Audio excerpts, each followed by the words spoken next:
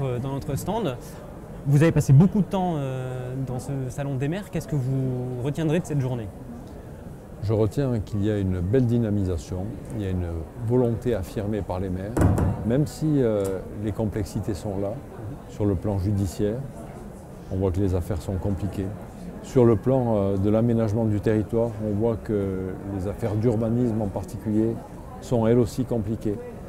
On voit que les moyens financiers ne sont pas toujours au rendez-vous, que les transferts de compétences et que les compétences que les maires peuvent avoir aujourd'hui en responsabilité, ils n'ont pas toujours les moyens adéquats pour y répondre. Néanmoins, avec plus de 55 maires nouveaux dans les Alpes-Maritimes, c'est-à-dire un fort renouvellement, j'ai ressenti une franche volonté, à la fois des anciens et des nouveaux, de pouvoir animer ces territoires. Et sincèrement, pour le président du département des Alpes-Maritimes, ça fait chaud au cœur. Parce que le tandem, l'équipe que nous formons avec les maires, les conseillers départementaux, les conseillères départementales et les maires sont les aménageurs du territoire, sont ceux qui créent ce que dans ce département nous aurions s'il n'y avait pas cette équipe-là.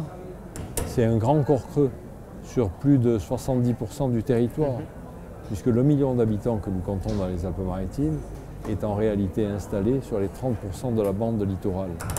Donc les villages du moyen et du haut pays, l'ensemble de nos vallées qui restent à aménager, sont le fait de la volonté de ces maires, de cette détermination, de cette inventivité sur tous les sujets, sur la création d'emplois, sur la capacité à pouvoir installer dans les énergies renouvelables ici ou là des fermes solaires, de vouloir redynamiser une agriculture qui s'est évanouie dans la nature il y a quelques années avec l'exode rural, qui invente avec les nouvelles technologies la possibilité d'implanter du télétravail. Tout cela, s'il n'y a pas les maires, les élus avec leurs équipes municipales, les adjoints, les conseillers municipaux, eh bien, le territoire a du mal à vivre. Alors, le département, qui a été conçu au départ pour cela, c'était une solidarité territoriale, une caisse de péréquation, eh bien, joue pleinement son rôle.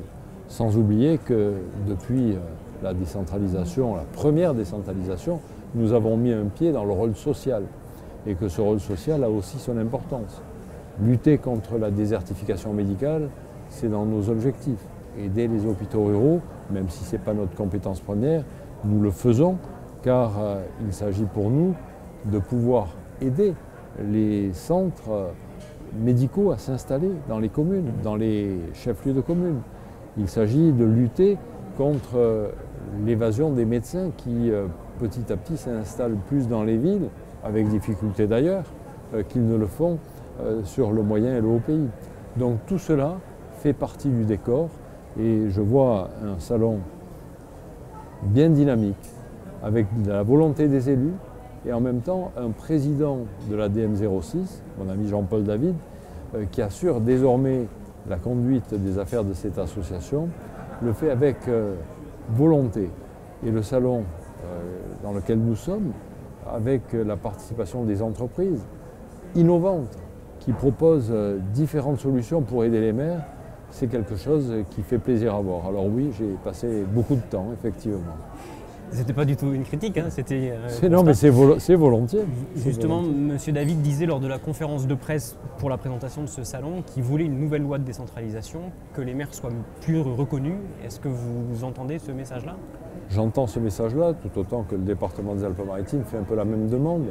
J'aimerais pouvoir retrouver la clause de compétence générale, celle qui nous a privés de pouvoir intervenir pendant la crise Covid sur le soutien à l'économie, au prétexte que l'économie se relève de la région. Je suis désolé, mais si à un moment donné on avait pu soutenir mieux que ce que nous l'avons fait, parce qu'on l'a un peu fait, mais à mon sens pas suffisamment, on avait les moyens d'aller plus loin, soutenir les artisans, soutenir les commerçants, soutenir les petites entreprises, soutenir les entreprises que nous avons retrouvées par la suite, d'ailleurs avec la tempête Alex, parce que le département des Alpes-Maritimes a eu cette double peine. D'une part la crise Covid, puis la tempête Alex qui est arrivée. Eh bien, j'ai été heureux, nous avons été heureux de retrouver des entreprises en état de fonctionner quand Alex est arrivé, de retrouver des entreprises qui avaient des moyens mobilisés sur le terrain, à la fois pour être en intervention dans la difficulté pendant l'événement, avec des éboulements qu'il y avait partout, avec des routes coupées qu'il y avait partout, avec des téléphones qui ne marchaient plus, avec de l'électricité qui n'arrivait plus dans les endroits les plus éloignés. Tout cela a créé des difficultés. Et bien, ceux qui étaient sur le terrain, c'était les agents du département, certes, avec nos SDA, avec Force 06, mais aussi les petites entreprises. J'ai moi-même vécu une histoire dans la vallée d'Estéron ce soir-là, où j'ai été heureux de retrouver nos agents des routes, mais en même temps, les petites entreprises locales qui étaient là pour être à l'œuvre pendant le temps de retrouver les grosses entreprises qui pouvaient intervenir. Donc il y a eu vraiment un effet de synergie et une vraie volonté grâce à cela. Merci beaucoup. Merci à vous. Je sais que votre temps est compté. Merci beaucoup d'être venu. Merci. Tout à fait,